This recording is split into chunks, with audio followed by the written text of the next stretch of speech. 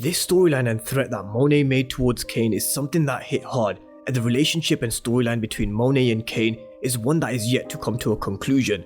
So in this video, I'm breaking down Kane and Monet's storyline, so welcome back to MovieBot. Let's talk about Power Book 2 Ghost, Kane and Monet.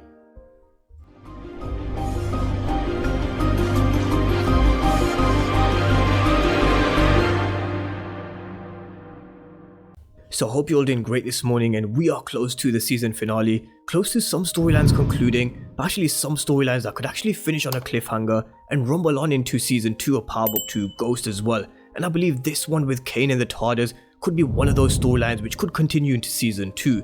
But let's start by breaking down this storyline between Kane and the Tardis, because this ending scene is probably the scene that hit me the most since Power Book 2 Ghost began, and I'm going to go into it in a lot more detail. But Kane, he really is quickly becoming the star of this show, and there's so much more left for him to give. I think he's just getting started, and I don't believe that he will die in the season finale. Well, I certainly hope not, because as I said from the comments I've been getting and the general vibe around Twitter and Insta, he really quickly has become a fan favourite.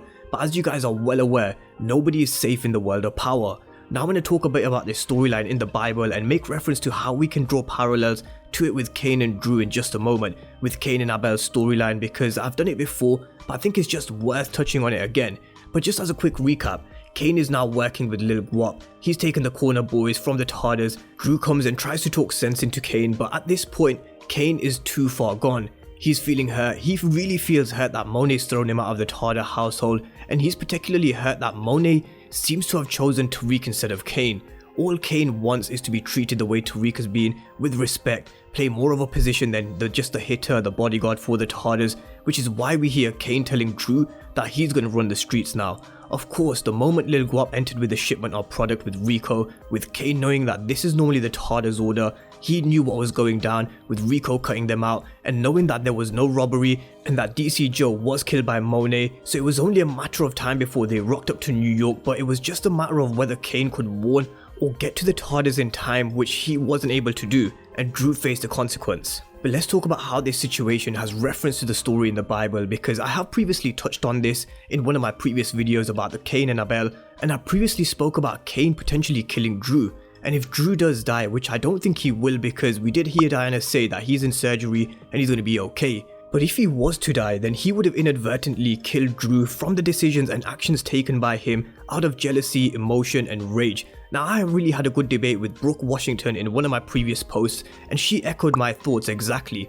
She said God, which is Monet in Cain's eyes, favoured Abel's sacrifices over Cain's, which is exactly how it is with Cain and his siblings. Tariq could even be Abel in this theory, since Monet asked which one of her kids could she trust, and he said him. And he's the whole reason Cain is in his fields and acting dumb in the first place. And this is something I touched on earlier about how Cain really just wants to be treated the same way as Tariq does, but he will always feel like he falls short in Monet's eyes. Now I do believe that Cain isn't solely to blame for this, because the episode title, I believe, can be referred to Cain, but who created this monster? Monet is the one who created Cain, and we heard it in Cain's voice. And honestly guys, I'm just going to play that short clip for you now, because this scene right here, it really hit hard, it really did. So I'm just going to play that for you now. So hear me good. Run, Kane. Run before I put you down myself. I'm your son just as much as Drew, Ma. I did everything you wanted me to do. Don't test me, boy. Now this scene that I just played for you guys really did hit hard. Cain said, I'm your son as much as Drew, Ma. I did everything you wanted me to do. This is something I touched on earlier on in the video. Yes, of course, some of Cain's actions have been based on emotion and rage, but he's not at fault for all of this himself. And I do feel Monet needs to take some of the blame, because she created this monster. Cain is a monster, but she created him, because as Cain said, he did everything that she wanted him to do. But you could really see the hurt from Cain. He does look heartbroken in this scene. It really hit him, and hit him hard it did, and this is why he made another emotional decision shortly afterwards when he called Ramirez and said that he needed to meet up with him. He said that they needed to eliminate Tariq St. Patrick, because let's look at this through Cain's eyes and why he's so worked up on taking out Tariq.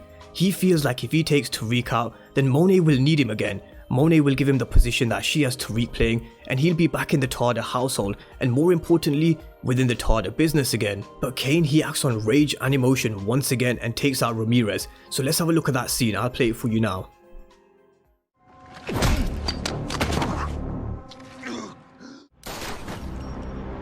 It's already done, nigga.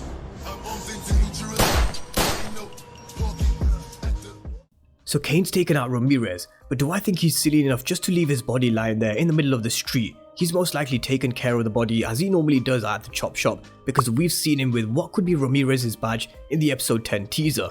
But again, another decision based on emotion and rage, and this will only in fact make Monet need Tariq even more, and it comes back to what Monet asked Tariq at the end of episode 5 when she said which one of her kids can she trust the most, and Tariq said that he's the one that she can trust the most. Monet really can't put a full faith and trust in Kane because he makes these decisions like he has just done with Ramirez based on rage and emotion, eliminating the protection that she has on the outside, and Monet's already showed that she puts business first. Business is business for Monet and Lorenzo. Monet showed that when she kicked him out of the Tejada household and when she ruthlessly told Kane to run before she puts him down herself, and Lorenzo had him beat up by the guards for putting his hands on Monet. So business is business with the Tejadas. It's a similar trait to what Kane showed when Drew came over because Kane took their corner boys. Business is business until Kane realized that Rico and his boys were about to light up the Tardis at the bar, and he was ready to be there for his family and ready to cut Lil Guap, something that I think he should have done a long time ago anyway. But Kane was ready to be there for his family and tried to actually warn Monet as he called her, but Monet had her piece up against Tariq, and Kane was just a little too late as Rico and his boys showed up, lit up the bar and shot Drew. And at this moment in time, Monet really needs Kane. I feel she really needs Kane now more than ever because she has Drew in hospital going into surgery. Although Diana said that he should be fine, it would put him out of action for a while, and well, Monet doesn't have Kane either because she just can't trust him. So this is where she could really put her trust and faith in Tariq St. Patrick. Ironic considering that Kane has been trying to take Tariq out because all he wants to do is come into the fold with Monet in the Tardis, but all he seems to be doing is pushing Tariq further into Monet's hands and making Monet feel like she needs Tariq more than ever with no Drew, with no Kane. And Monet did say to Tariq that she owes him for saving Diana's life, but she also did say that me and you, we're not done yet because Tariq still owes Monet money regardless of him saving Diana's life. But Kane, I feel he's too far gone because the last episode, it doesn't change my mind. I think he's too far gone, especially after killing Ramirez, and with Monet making that threat saying she'll put him down herself. Could we really see this happen in the season finale? I really hope not because Kane is one character that I still think has so much more to give in the Power universe as a whole. And I say Power universe because Tommy's return and the rumors that Tommy will return in the final episode just won't go away. Many believe that it's Tommy in the car, or even if it's not, people still believe that he will return, and if he was to return, what could be the reason? Monet said to Tariq that they ain't done yet, and Tariq still owes her money. But what if Tariq goes one better and he actually provides Monet with a new supplier, because Rico is definitely not going to be supplying Monet now. So who could Tariq present to Monet? Tommy Egan. And at this point, could Kane head off with Tommy? It's something I've previously spoken about because it's something that I would really love to see with Kane and Tommy teaming up. I feel one person who could really keep Kane in check is Tommy Egan.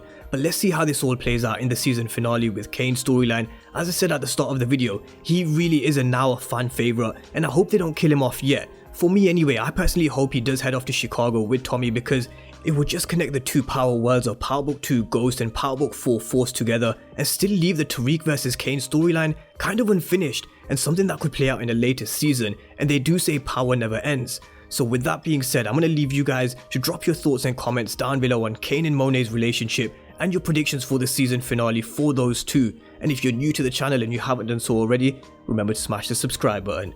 Thank you guys for watching. I'll see you next time.